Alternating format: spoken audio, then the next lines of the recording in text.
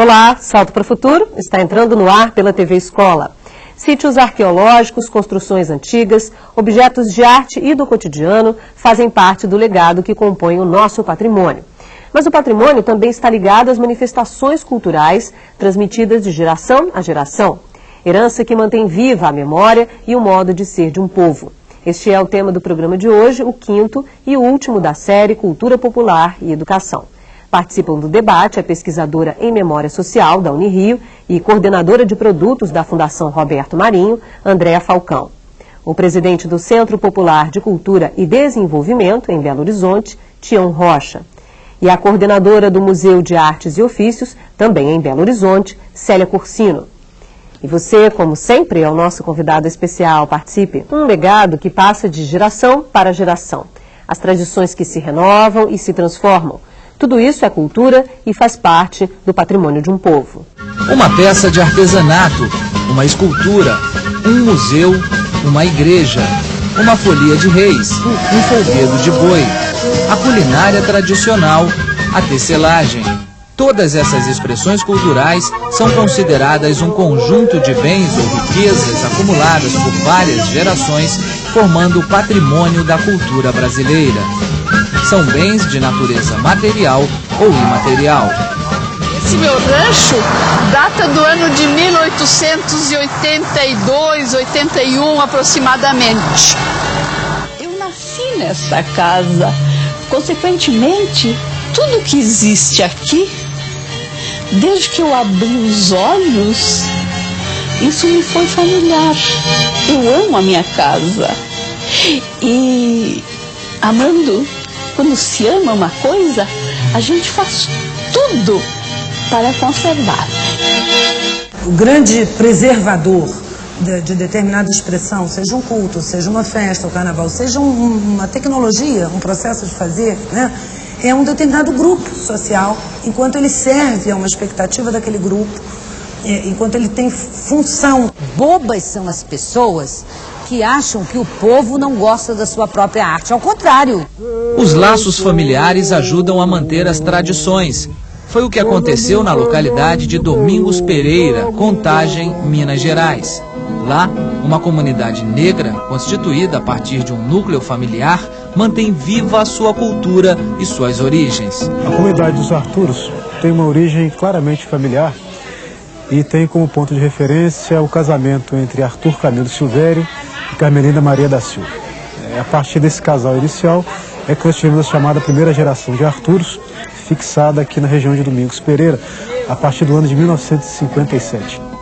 Os Arturos são devotos de Nossa Senhora do Rosário e preservam até hoje, entre outras manifestações, o ritual e a festa em homenagem à santa cultuada desde os tempos da escravidão. Os festejos dos Arturos estão divididos em dois ciclos, as festas externas e as internas. As festas externas são representadas pela Folia de Reis, pela festa de Nossa Senhora do Rosário e pela festa da Libertação. As comemorações internas incluem o candombe, o João do Mato e o batuque, e também aniversários e festas de casamento. Enquanto eu for viva, e a gente vai pelejar para conservar, né, o que ele deixou. Essas heranças mantidas pelo povo constituem seu patrimônio. Há muito tempo, os bens materiais possuem leis para sua proteção. Já os bens imateriais foram reconhecidos como patrimônio da cultura brasileira a partir da Constituição de 1988. É o que nos representa, né? O que fica do significado do que temos de importância, né? A gente usa o sentido de patrimônio muito frequentemente assim na mídia, como é aquilo que você tem, né? É o seu patrimônio. Patrimônio cultural, eu acho que é exatamente isso, é o que a gente tem de mais significativo, porque aí a gente entraria numa outra discussão do que é cultura, né? Que nos representa e nos diferencia enquanto seres humanos. Você fica aí com Deus, gente, eu vou com Nossa Senhora. Chorança, chorança. Bom, primeiro eu quero agradecer a presença de vocês e quero começar pela Célia. A gente viu ali no finalzinho do vídeo que o patrimônio imaterial passou a ter uma legislação específica, né, a partir da Constituição de 88. Por que se demorou tanto a entender que nós precisamos preservar o patrimônio imaterial brasileiro? Na verdade, não demorou a entender essa questão da alma do povo brasileiro, que cada vez mais precisa ser valorizada. Ela vem, vamos dizer, na sequência das ações de preservação do patrimônio. A gente costuma dizer que não adianta mais você só preservar aquela igreja. Você tem que preservar, por exemplo, as práticas, a alma da igreja, as coisas que acontecem lá. Não adianta você preservar só uma cozinha antiga, mas sim toda a culinária que é feita naquela cozinha antiga. Então, o que é mais importante é que agora a gente descobre que o grupo social, a nossa comunidade, ela dá valor a determinadas coisas. E essas coisas que dão valor, como a gente diz, o meu patrimônio, meu maior patrimônio são os meus filhos, vamos ver qual é o nosso maior patrimônio social. Então, essas práticas, essas celebrações, hoje elas estão no mesmo patamar de importância, aquelas coisas que são mais materiais e que você pode ver melhor. Então, para o professor isso é importante porque você começa a enxergar um patrimônio cultural múltiplo e você começa a trabalhar com a ideia que aquele patrimônio inclui, a comunidade é importante, é inclusivo esse patrimônio. Então, o patrimônio imaterial é aquele patrimônio que você está na comunidade, você é dono dele, ele vale muito. Ok. Tião, eu queria que você falasse um pouquinho do seu trabalho, da sua relação com o patrimônio cultural brasileiro. Bom, eu trabalho com os saberes, os fazeres e os quereres de uma comunidade como instrumento de educação, e eu entendo a educação como alguma coisa que acontece no plural, tem que ter no mínimo 2 pessoas, e é uma relação de aprendizagem. E esse conjunto também de saberes, quereres e fazeres servem também de instrumento e matéria-prima para o desenvolvimento comunitário, que para mim significa criar oportunidades para as pessoas fazerem opções. Então esse conjunto de coisas, né, acumulados de acervo, de bagagem, de aprendizados que a gente vai levando conosco, herdando e acumulando, que eu acho que precisa ser a matéria-prima, o instrumento fundamental desse trabalho. Você desenvolve trabalho com escolas na sua região? Sim, e com projetos mais de educação. Quer dizer, a ideia fundamental é se pensar de quantas maneiras possíveis e inovadoras eu posso produzir educação de qualidade, tendo ou não escola. Quer dizer, educação não formal. Não formal. Ok, Andréia, mesma pergunta para você. Eu queria que você falasse um pouco do seu trabalho, desse trabalho, a relação dele com o patrimônio cultural. Eu desenvolvo uma pesquisa ligada à Unirio, ao grupo de memória social da Unirio. Na verdade, um projeto de pesquisa exatamente sobre patrimônio imaterial e uma investigação ampliando essa noção de que até um determinado momento a gente considerava a preservação do bem físico, porque era isso que podia ficar de geração em geração. A partir de um determinado momento, eu acho que as instituições públicas e os próprios pesquisadores e a própria comunidade, né, também acadêmica e dos grupos todos, né, de professores, alunos, etc., a gente acaba se voltando para um outro lado da questão do patrimônio, que é essa memória, que é a própria articulação dessa transmissão do conhecimento de uma geração para outra. Então, não só o bem físico é importante, como ele é um documento, ele é um monumento, ele é um registro físico dessa, né, de uma determinada época, um determinado período, mas é muito importante a gente se voltar para essas relações ou para essa forma de encontro entre esses seres, né, humanos, essas pessoas que fazem com que aquela manifestação exista. Né? Então, a gente se volta para esse lado da investigação, no sentido assim, essa memória, essa capacidade que a gente tem de passar uma coisa de uma geração para outra, de um lugar distante para outro, como é que é essa forma de transmissão. E quando você assim, se concentra e coloca o foco na forma de transmissão da memória, e a gente acaba dando destaque a todas essas outras manifestações que até determinado ponto não podiam ser passadas, a não ser na medida que elas existiam, ou seja, uma festa uma tecnologia patrimonial, ou seja, uma maneira de fazer uma jangada ou preparo de uma determinada comida, ela só existia na medida que aquela receita era novamente feita.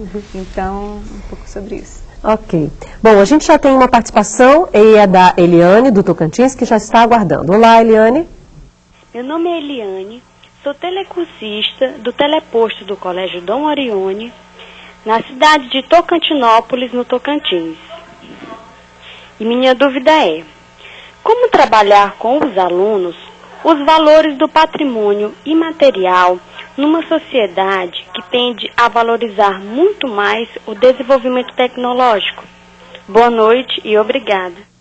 Obrigada a você, Eliane, pela sua participação. Você já sabe que você pode voltar mais vezes, tá bom? Célia, por gentileza.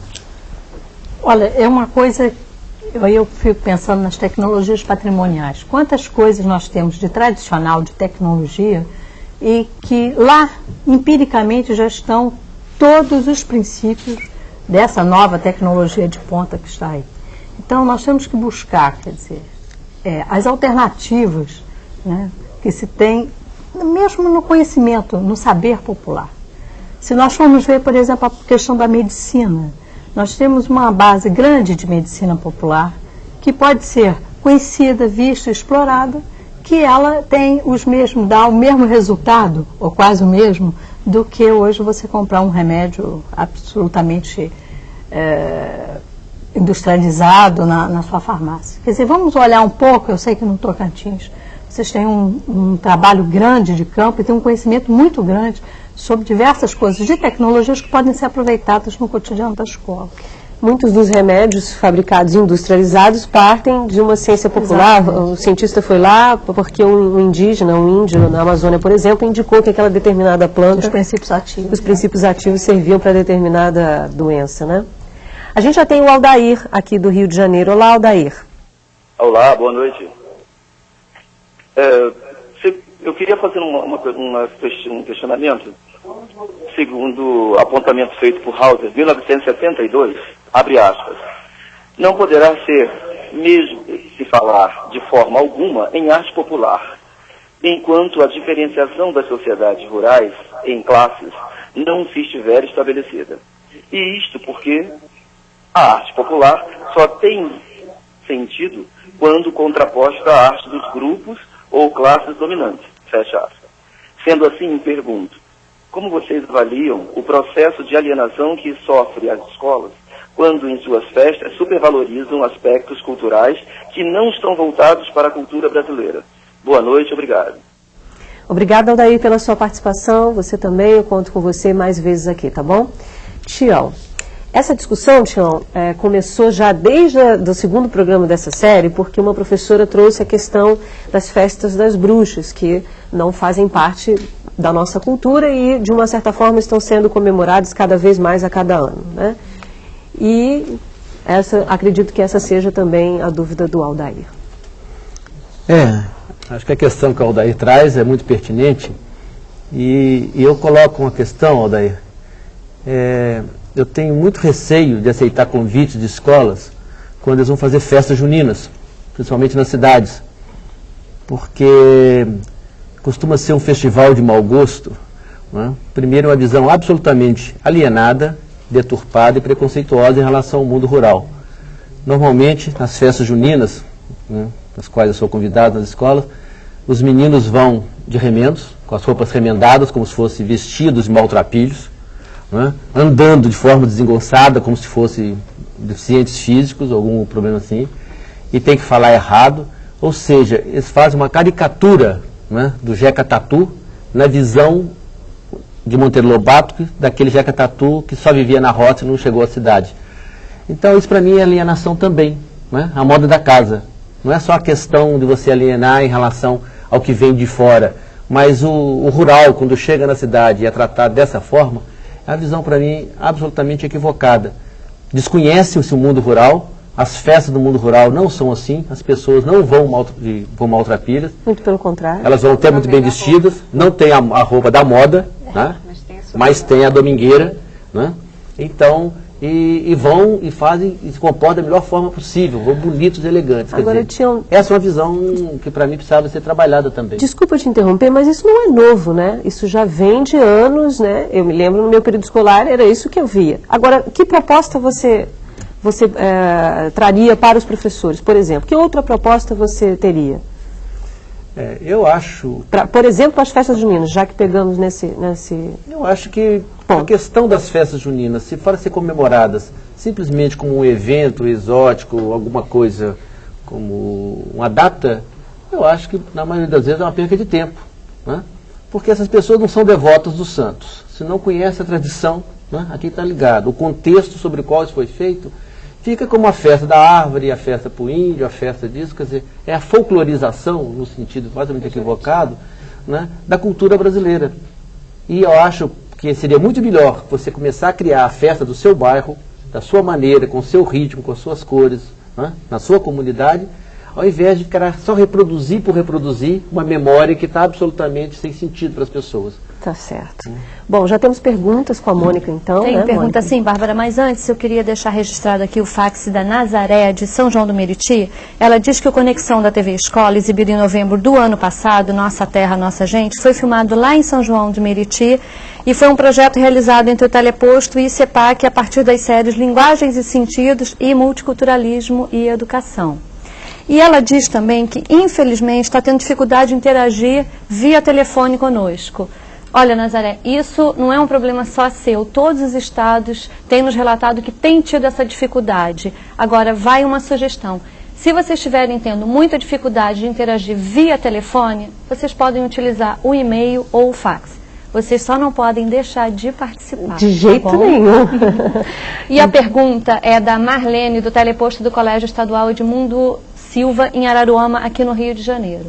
O que deve ou não ser preservado como patrimônio cultural e quais os meios que a escola poderia utilizar para contribuir para esta preservação?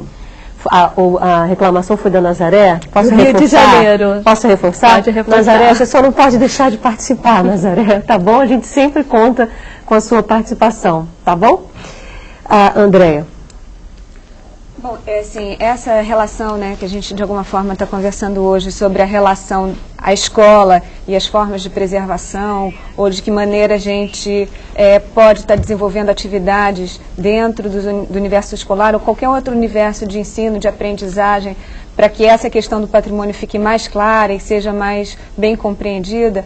Eu acho que, assim, primeiro, eu acho que é como, na verdade, tanto os outros participantes da mesa como de trabalho, eu acho que é esse trabalho que a gente vem propondo de investigação, é que a gente possa usar, da forma como o Tião falou anteriormente, as datas, não no sentido mais folclorístico, né, que se tinha de preconceito, mas você poder utilizar as datas, as manifestações, a relação dessa escola com a comunidade como motivos de pesquisa, como motivos de investigação, que a gente possa, a partir de uma data, seja a festa do índio, seja a festa junina, tentar descobrir o que essa data significa, de que maneira aquela escola pode se relacionar com o tema.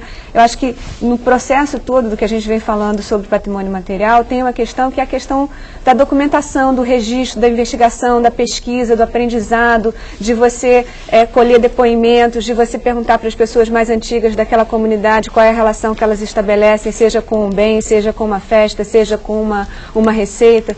Eu acho que, na verdade, esse tema, né, que a gente está discutindo hoje, patrimônio material, é uma grande oportunidade da gente estreitar relacionamentos, né, de encontro, de descoberta, de conhecimento, de investigação. E de tirar esses estereótipos também, né, principalmente. Porque na medida que a gente conhece mais, a gente pode estar mais, se apropria mais das nossas informações, desse conhecimento, e a gente consegue recriar essas coisas ao nosso modo, né? Célia, eu sei que você quer comentar, você me dá só um minutinho, porque a Andréia do Tocantins está aguardando e eu já te passo, tá bom? Oi, Andréia. Oi, falo do Teleposto do Colégio Pedro Teixeira, em Nova Rosalândia.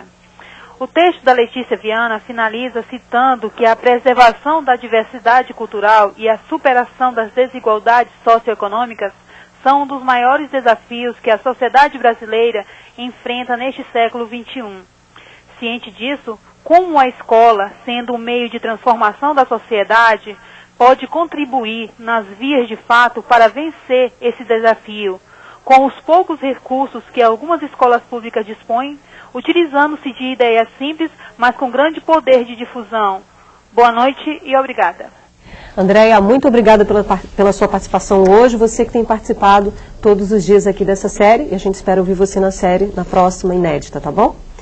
Célia, por favor, fique à vontade também para comentar a questão. Não, exatamente, o comentário vai ser bem em cima do que a Andréia falou e perguntou, é que eu acho que a gente tem que começar a descobrir esse patrimônio, ele está bem perto da gente, não precisa ir lá longe, feito que o Tião falou. Então, o que se fazer, né? O que fazer? A outra perguntou, como é que a gente vai preservar isso? A gente vai preservar conhecendo. Né? E o que acontece é que as pessoas desconhecem ou não valorizam aquele patrimônio cultural de natureza material que está ali juntinho da escola, juntinho da criança, juntinho da família. Então, uma das coisas importantes que se pode fazer é atividade justamente de documentação e indagação. Vamos para casa, vamos olhar na nossa casa e vamos ver, vamos conversar com nossos pais, com nossos avós, com nossos vizinhos, como é que faz, e trazer todo um trabalho de conhecimento da realidade local.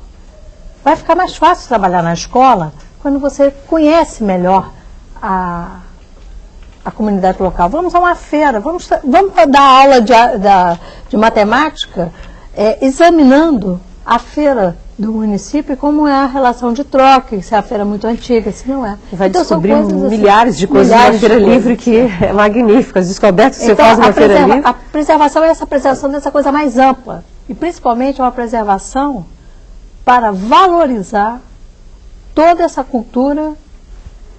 Não vamos discutir se é popular, se não é, mas a cultura é a alma do povo brasileiro, é a cara do povo brasileiro. Nós temos que descobrir e valorizar. Edno, está aguardando? Oi, Edno. Boa noite. Eu sou Edno, animador cultural do Instituto de Educação em São João do Meriti, falando do teleposto do CEPAC, com a professora Nazaré, animadores culturais e professores locais. Aqui no boletim fala patrimônio imaterial. Geralmente, quando falamos em patrimônio, estamos em dinheiro. Mas aqui estão referindo a coisas sagradas. O que quer dizer isso? Boa noite, obrigado. Edno e Nazaré, que bom que vocês não desistiram, que vocês fizeram a pergunta e conseguiram entrar aí na nossa ligação, tá bom? É claro que a gente quer que vocês consigam fazer esse contato via telefone, ouvir a voz de vocês. Não desistam não, tá bom? Obrigada mesmo. Tião.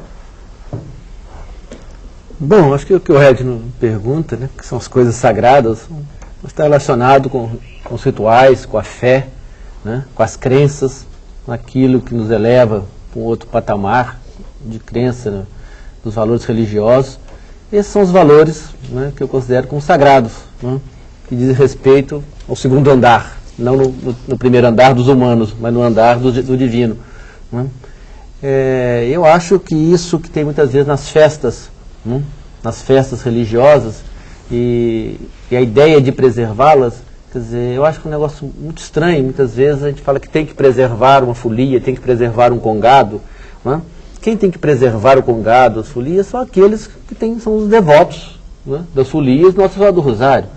Enquanto houver fé, essas festas não correm o risco de serem perdidas.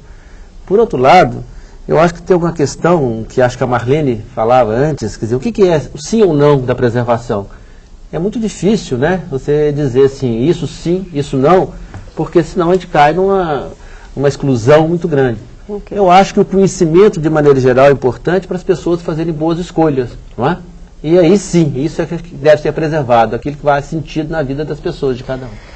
Ok, bom, no próximo bloco vamos saber como o escritor Mário de Andrade analisava a relação entre educação e cultura. A gente volta já. Poeta, romancista e pesquisador Mário de Andrade acreditava que preservar o patrimônio cultural era uma tarefa de alfabetização.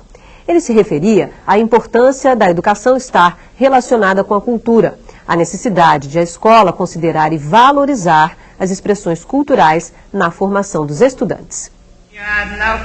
Um estudo sobre migração levou alunos do ensino médio do Colégio Estadual Antônio Prado Júnior, no Rio de Janeiro, a assistir ao espetáculo de cordel A Nau Catarineta, encenado pela companhia Caixa de Pandora. O êxodo de nordestinos para o Sudeste, em busca de melhores condições de vida, serviu de reflexão para outras leituras da realidade. Já perceberam que o que a gente fala na sala de aula, aquela teoria que tem processo migratório, a questão nordestina, né, em busca de melhores espaços na região Sudeste, o que traz os confrontos que acontecem, a violência da sociedade, então cada um, de uma certa forma, pode contribuir para quê? Para que isso aí seja mudado, para que as pessoas pensem de uma outra forma, repensem a sociedade que a gente está vivendo. O espetáculo Nau Catarineta é inspirado em um folguedo de mesmo nome que remonta à história das grandes navegações.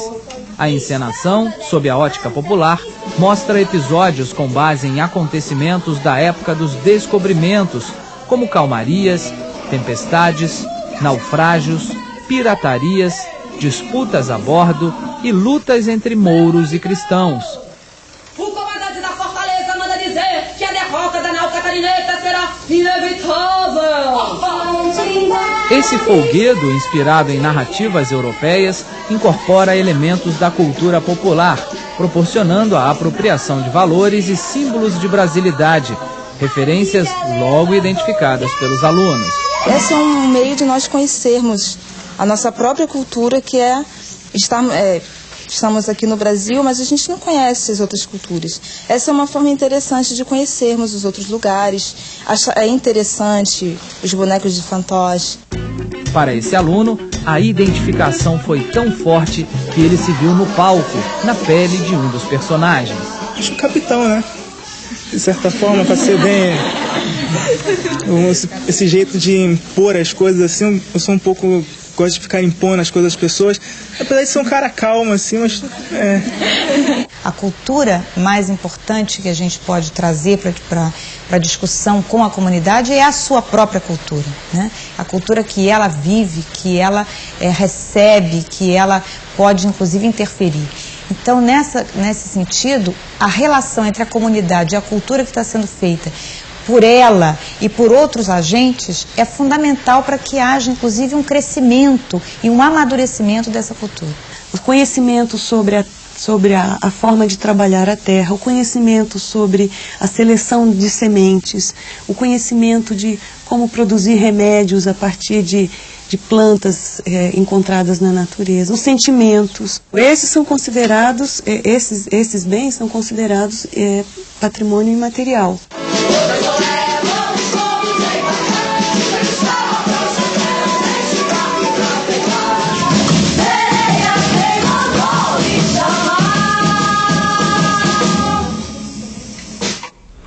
Bom, André, eu gostaria que você comentasse o vídeo que acabamos de mostrar. Eu vou pegar como mote também a pergunta que foi feita no bloco anterior, que a gente tinha sido perguntado sobre essa questão do patrimônio, que em geral está ligado à questão dos bens, à riqueza, e a gente tem essa relação de que a riqueza é uma coisa física, palpável, né? Que é dinheiro, né? Que são joias, que são, né, bens que você pode trocar dessa forma. Mas acho que isso que a gente está começando a discutir quando investiga nessa área do patrimônio material é exatamente todos esses conjuntos de bens que são de uma riqueza absurda e assim uma riqueza tão grande que passa de geração em geração e que é o conhecimento. Eu acho que a gente está falando, quando está falando de patrimônio material, está falando dessa herança cultural de conhecimento, de aprendizado.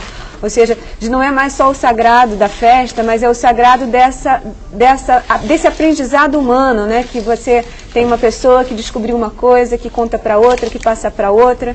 E acho também essa característica, que eu acho que quando a gente está falando do patrimônio material, a gente já estaria mais ou menos corrigindo um pouco o nosso vocabulário, que a gente não fala mais de preservação, mas a gente fala de documentação, inventários e registro. A gente não está mais pensando especificamente em congelar uma festa, independente desse ambiente, mas é que, de alguma forma, a gente possa hoje registrar essas manifestações, esse acontecimento, para que daqui a 10, 15, 20 anos, não só se a gente estava na linha direta da transmissão desse conhecimento, mas que outras pessoas em outros estados, em outros países, o conhecimento que foi durante, sei lá, séculos preservados pelos índios na floresta, possa servir para nós hoje na cidade, fazermos um medicamento e tirar esse preconceito que a gente às vezes tem entre o tecnológico e o mais artesanal, para que a gente valorize esse conhecimento que está por trás de todas essas manifestações. Você falou em congelar, até porque seria possível. A cada geração, novos elementos entram, essas festas se transformam, mas não perdem a sua essência. E essa é a grande riqueza, quando a gente se debruça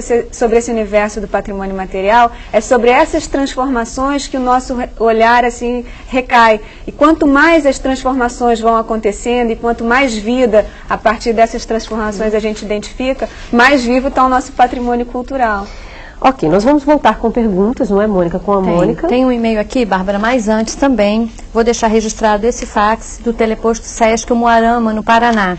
Eles estão nos parabenizando pela série, que está sendo muito interessante, e pela sua simpatia, Bárbara, que tão bem conduz o programa. Obrigada. O fax é da Luci Reis e das 26 telecursistas que estão nesse momento assistindo ao programa. Obrigada, Luci Reis. E o e-mail é da Cisene, de Anápolis, Goiás.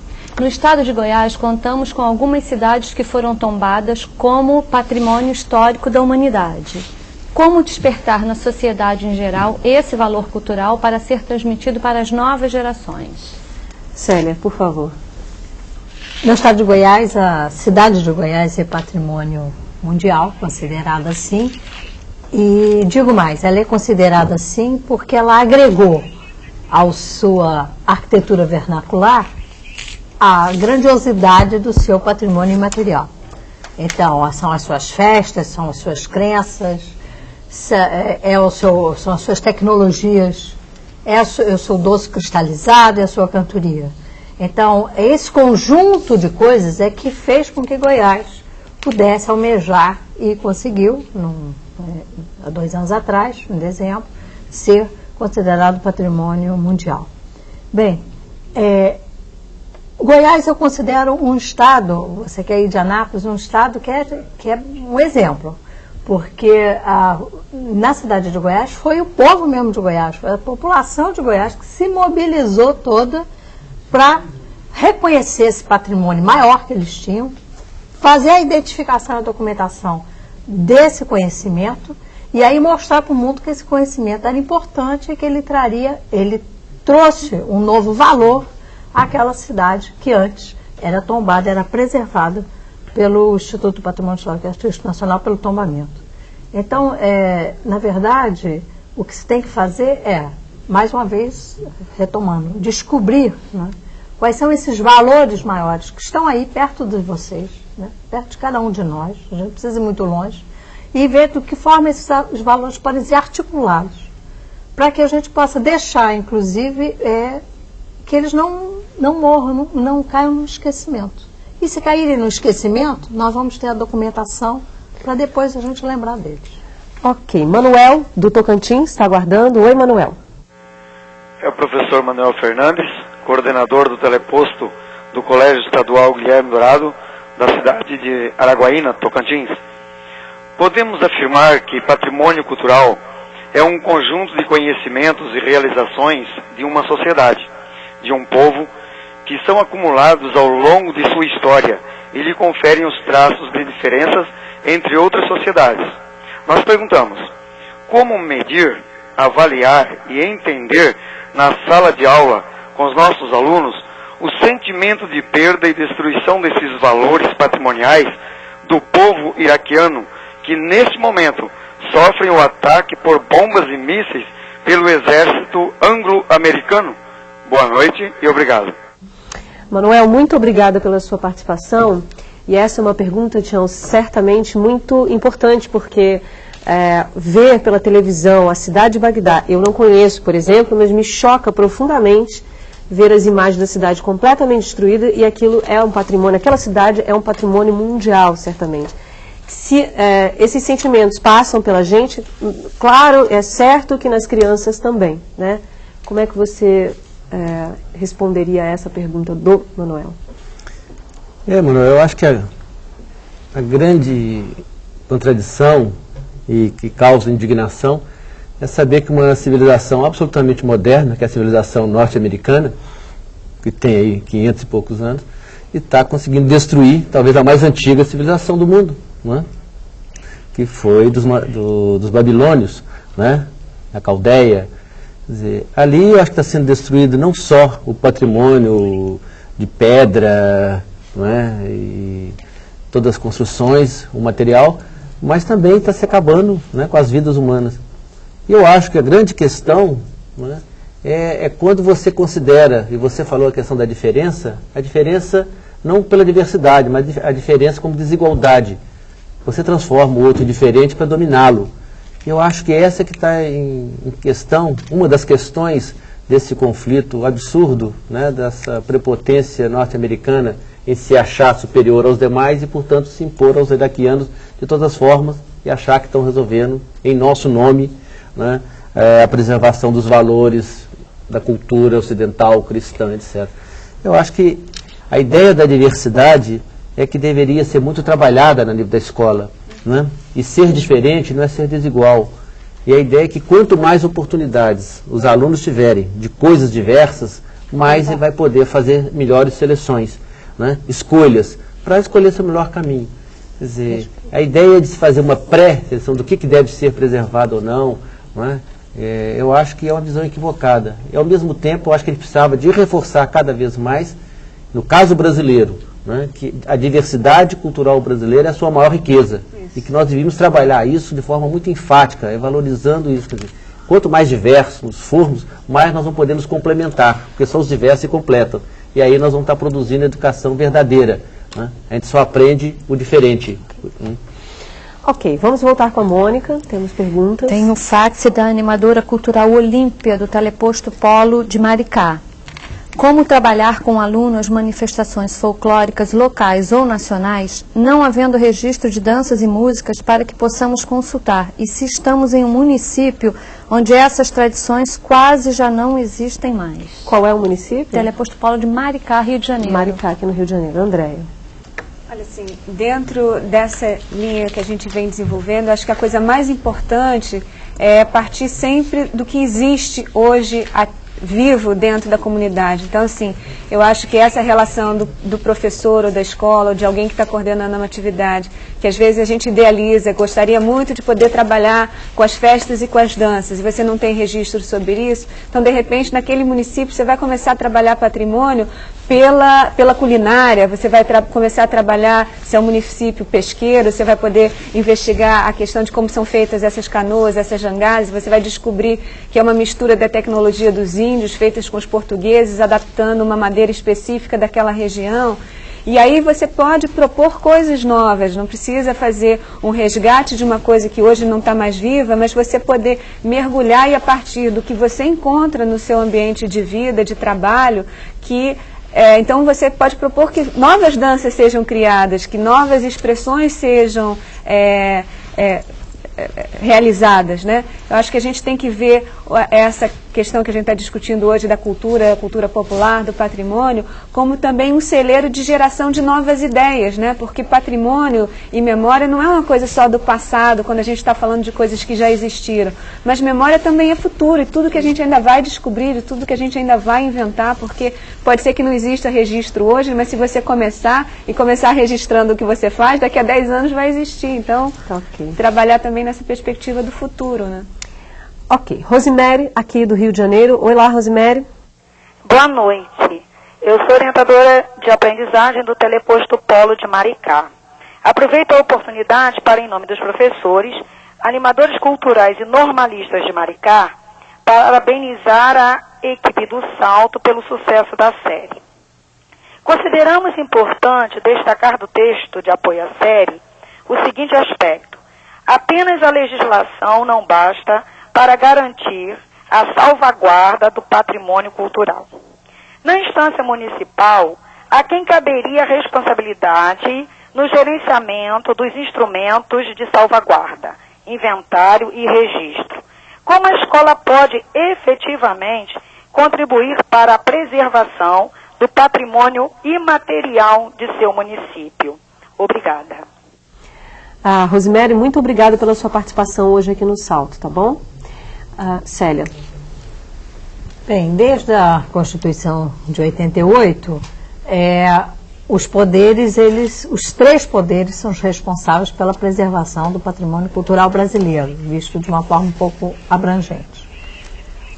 Como nem sempre a instância municipal tem a sua Casa de Cultura, a sua Secretaria de Cultura ou alguma legislação municipal que vá dar conta, ou vá dar conta da preservação desse patrimônio, se bem que eu concordo com o texto também que não é só a lei que preserva, mas é a ação das pessoas que vai preservar. Como é que a escola entra nisso?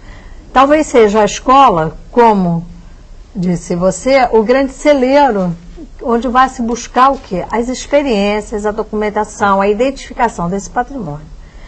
A preservação do patrimônio de natureza imaterial, ele não vai se fazer só dizendo, ele existe e fica como está. Não, a preservação só vai existir se ele continuar existindo, dinâmico.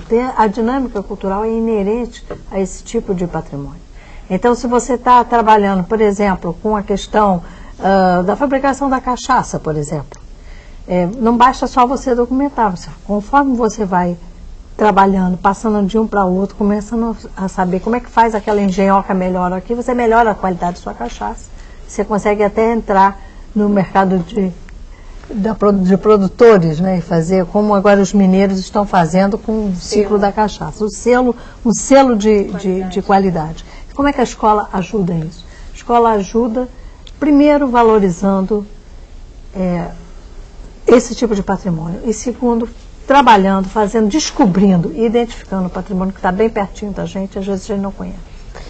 Ok, Mônica, vamos voltar com você. Eu tenho um fax de Angra dos Reis, do teleposto Arthur Vargas. O boletim destaca o fundamental papel da escola e dos educadores em geral para a valorização da diversidade cultural. Infelizmente, ainda lidamos com uma grande parcela de professores que não têm essa visão, essa preocupação de preservar e valorizar nossos bens materiais e imateriais. O que poderíamos começar a fazer para mudar esta situação? Não deixou o nome, a pessoa não se identificou, né? Mas obrigada mesmo assim quem mandou a pergunta, né? Tião, por favor. Eu acho que esse é um desafio para a escola, não é? E aí que a proposta lá de Angra dos Reis é muito interessante. Eu acho que o grande desafio, o ponto do doce nisso, é quando nós pensamos a cultura e o patrimônio de forma como uma coisa. É a coisificação da cultura material e imaterial. Quando ela vira uma coisa, ela perde o seu sentido de contexto, de funcionalidade, de vida, de dinâmica, de parte integrada da vida das pessoas.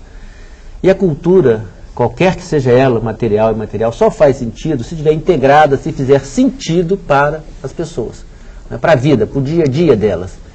Então, eu tive agora recentemente uma menina, voltando das férias, ela me disse assim, Tião, eu estou muito preocupada porque eu esqueci o que é equitômetro. E eu não sei, vou voltar para a aula agora, eu não sei, eu esqueci. Eu falei, não tem problema não, fica sossegado, seu professor também não sabe o que é isso.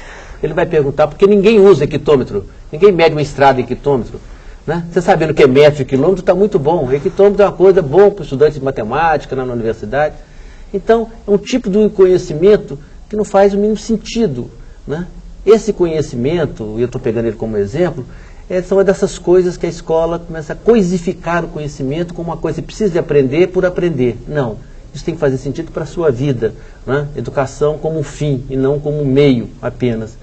Então, eu acho que a questão, quando se pega a cultura, como os saberes, os fazeres, os quereres, a gente está possibilitando trazer para o universo da escola, né? E aí a Célia falava, quer dizer, pesquisar em casa, na família, na comunidade, na vizinhança, no bairro, quer dizer, tudo isso é matéria-prima de aprendizagem, de informação na escola. E a ideia, o grande desafio, é quando você pode transformar o mundo, né, em arroz com feijão da sua escola e transformar o dia a dia, o arroz com feijão da sua escola, em coisa exótica do mundo. Quer dizer, essa ponte é de você estar sempre ligado, você é local e ao mesmo tempo você é universal. Né? Eu acho que esse que é o desafio de todos nós. Ok, hora de fazer uma pausa rápida. Na volta, os nossos convidados fazem um balanço do programa de hoje. Salto para o Futuro, volta já. Salto para o Futuro está de volta e chegou a hora de fazer um breve resumo do programa de hoje. E essa tarefa, você sabe, cabe aos nossos convidados. Eu vou começar pela Andréa. Quais são os seus destaques, Andréa, para os professores que estão nos assistindo? Acho que quando a gente está falando sobre esse assunto, que são as novas leis, os novos instrumentos legais para preservação, onde a gente está tratando especificamente desse assunto do patrimônio material, eu acho que o desafio que se coloca, tanto para a escola como para todos nós técnicos, que de alguma forma atuamos em instituições paralelas que dão suporte para que isso se concretize, está esse aspecto de um trabalho que pode ser muito bem feito e muito desenvolvido pelas escolas e pelos professores.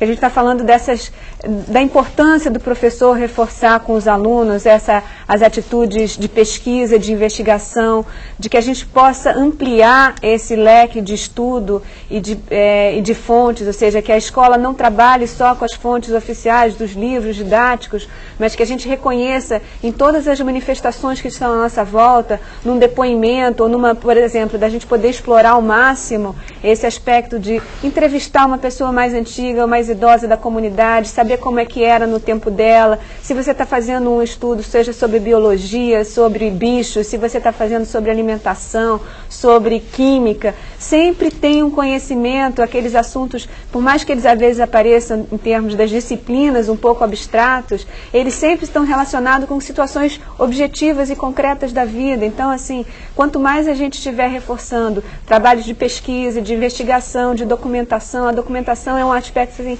primordial nesse trabalho todo do patrimônio. Então, pesquisa nas escolas, trabalhos, documentação. Obrigada, Andréa. Tião, seus destaques.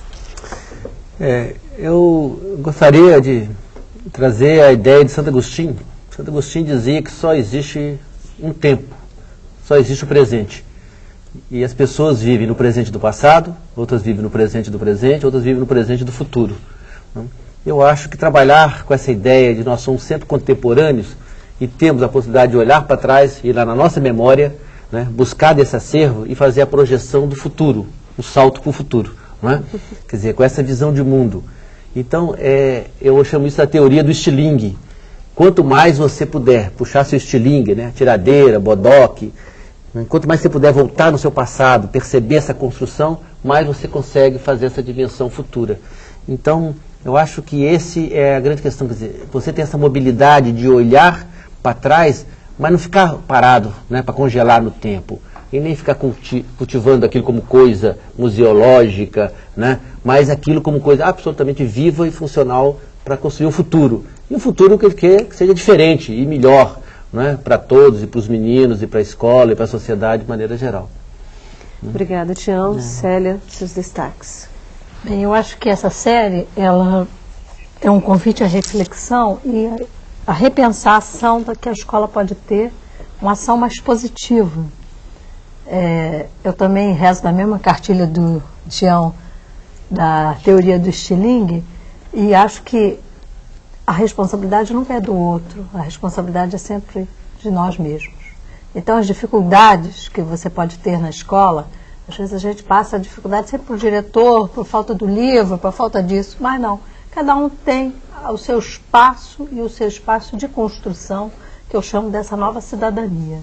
E dessa cidadania que deve ser fincada e pautada nessa diversidade cultural brasileira, que realmente é o que a gente tem de melhor nesse país.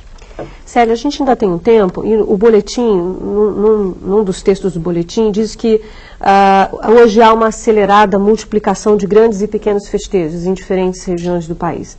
A gente pode entender essa aceleração como o resultado da consolidação, do processo democrático brasileiro? Eu acho que o que está acontecendo no Brasil é que você está começando a despertar para ver a sua importância. Cada uma cidadezinha e cada grupo está começando a se entender e dizer, não, eu também tenho um papel importante na consolidação dessa coisa que é a nação brasileira. Então, o que está acontecendo é um pouco isso. Eu acho que isso aí é um caminho que a gente já vem perseguindo há bastante tempo, tem muita gente na estrada, já há muito tempo, para que isso se consolide de uma forma mais nacional.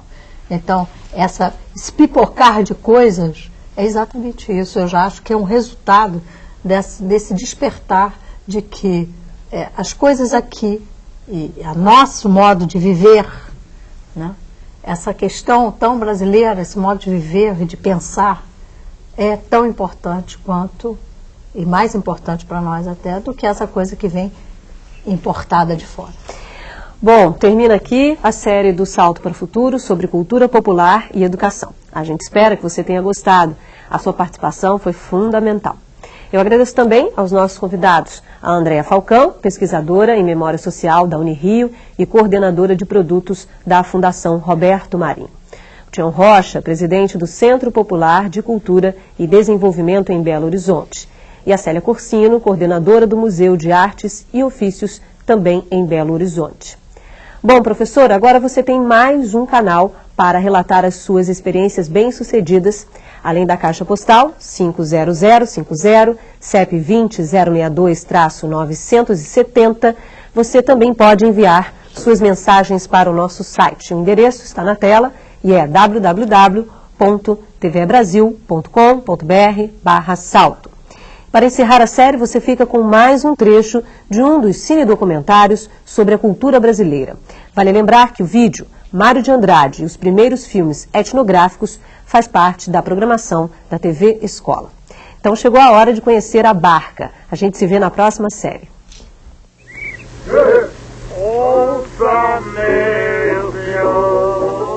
De volta ao bairro de Torrelândia, a missão filmou o Alto da Barca.